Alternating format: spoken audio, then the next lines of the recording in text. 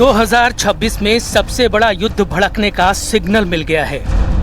रूस, Ukraine, Iran और Israel कितनी मिसाइल लॉन्च करेंगे ये भूल जाइए, क्योंकि चीन को लेकर पेंटागन का बहुत बड़ा अलर्ट आ गया है। क्या 2026 में होने वाला है अमेरिका और चीन का सबसे बड़ा युद्ध? क्या डोनाल्ड ट्रंप और शी जिनपिंग के बीच ट्रेड वॉर मिसाइल वॉर में तब्दील हो चुका है? ये सवाल इसलिए क्योंकि अमेरिका के युद्ध कंट्रोल करने वाला सबसे बड़ा महकमा यानी पेंटागन ने दावा किया है कि चीन ने 100 से ज्यादा इंटरकॉन्टिनेंटल बैलिस्टिक मिसाइल तैनात कर दी है और ये सभी मिसाइल लॉन्च होने के लिए तैयार हैं। ये मिसाइल लॉन्च होंगी तो सीधे अमेरिका पर गिरेंगी। इस खतरे का सायरन बजने लगा है। DF-21 की रेंज 2000 किलोमीटर। ये चीन की कैरियर किलर मिसाइल है। चीन की intercontinental ballistic missile DF-31 range 11000 kilometre. चीन की DF-41 इसकी रेंज 15000 किलोमीटर। चीन की बहुत बड़ी परमाणु missile DF-5 range 13000 kilometre.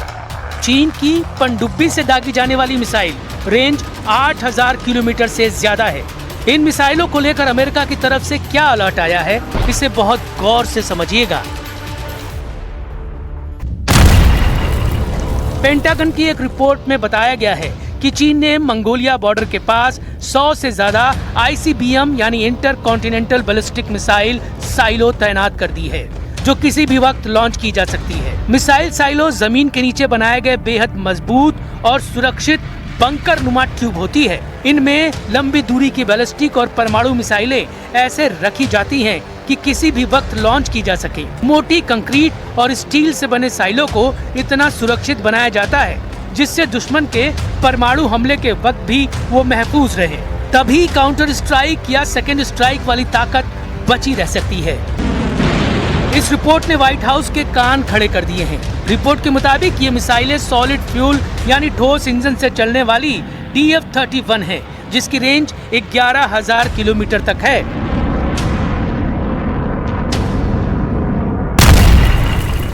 Map पर देखेंगे तो पता चलेगा कि ये मिसाइल पूरे अमेरिका को कवर करती है। वॉशिंगटन DC से लेकर न्यूयॉर्क तक हर जगह तबाही की सुनामी ला सकती है।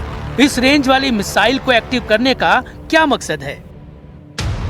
डोनाल्ड ट्रंप के सामने इस वक्त सबसे बड़ा सवाल यही है, क्योंकि जो डोनाल्ड ट्रंप पिछले 1 साल से 8 युद्ध खत्म करने का दावा कर रहे हैं, वो अब तक यूक्रेन युद्ध को काबू करने में नाकाम साबित हुए हैं, क्योंकि रूस और यूक्रेन की जंग और तेज होते जा रही है। गाजा और लेबनान में युद्ध विराम की धज्जियां उड़ रही हैं। इजराइल की लगातार बमबारी के सामने डोनाल्ड ट्रंप बेबस नजर आ रहे हैं। वहीं वेनेजुएला पर कब किस वक्त अमेरिका अटैक कर देगा, इसका ऑर्डर खुद ट्रंप किसी भी टाइम जारी कर सकते हैं। अब इन 3 वॉर जोन को लेकर नाकाम हुए डोनाल्ड ट्रंप को नया चैलेंज मिल गया है।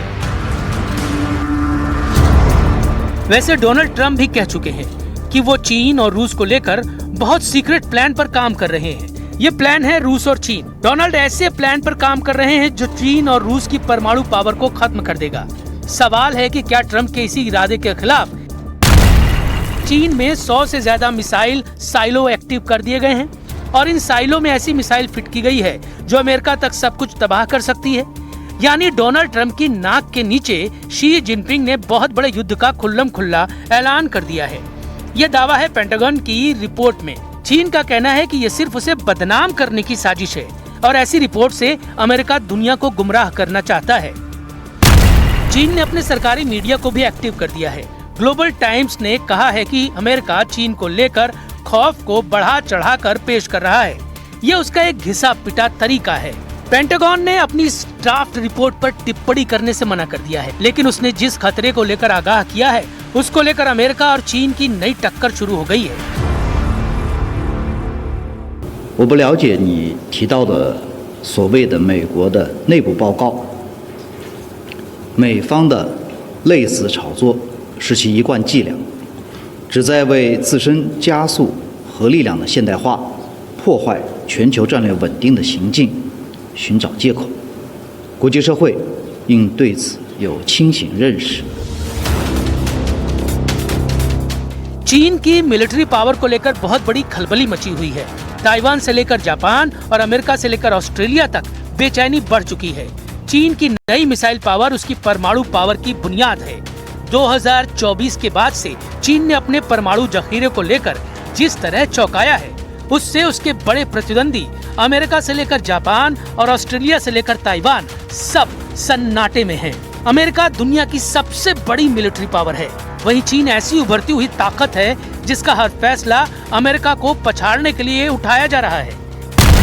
पेंटागन का दावा है कि चीन के पास फिलहाल करीब 600 परमाणु वॉरहेड हैं और चीन जिस रफ्तार से परमाणु बम बना रहा है, 2030 तक उसके परमाणु जखीरे में 1000 से ज्यादा बम होंगे। 600 परमाणु बम वाली ताकत लेकर शी जिनपिंग क्या करेंगे? चीन के बड़े इरादे क्या हैं? अमेरिका को खतरा क्या है? और इसमें रूस से दोस्ती वाली पार्टनरशिप क्या करने जा रही है? इस वक्त दुनिया के हर कोने में यही बड़े सवाल हैं। चीन के परमाणु बम के साथ उसकी दो बहुत ही खतरनाक मिसाइल इस वक्त उसके दुश्मनों के बीच हॉट टॉपिक बनी हुई है। 我作为拥有最大核武库的超级大国、超级核大国，当务之急是切实履行核裁军特殊优先责任，进一步大幅实质性的削减核武库，为其他核武器国家加入核裁军进程创造条件。 जब से सितंबर 2025 में डोनाल्ड ट्रंप के खिलाफ 3 दोस्त बीजिंग में इकट्ठा हुए, ट्रंप का तनाव बढ़ता जा रहा है। अमेरिका को टक्कर देने के लिए ये तिगड़ी चीन में इकट्ठा हुई। शी जिनपिंग के साथ व्लादिमीर पुतिन और किम जोंग उन का आना ट्रंप पर सितंबर में बहुत बड़ा सितम ढहाने का सिग्नल दिया गया।